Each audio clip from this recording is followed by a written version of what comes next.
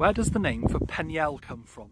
So I'm in Denbighshire, just outside of Denby, just south of it. You can see the castle over there. And we're just over here is a small village called Peniel.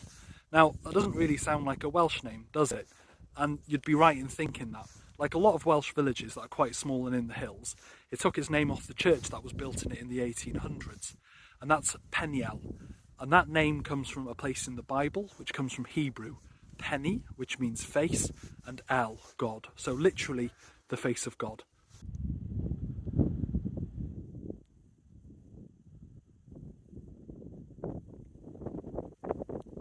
Check it out, you can see Denby Castle. It looks like like that place in Lord of the Rings in Rohan.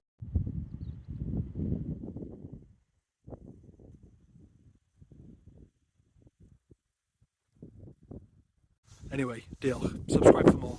Check out my link in my bio. Have a good one.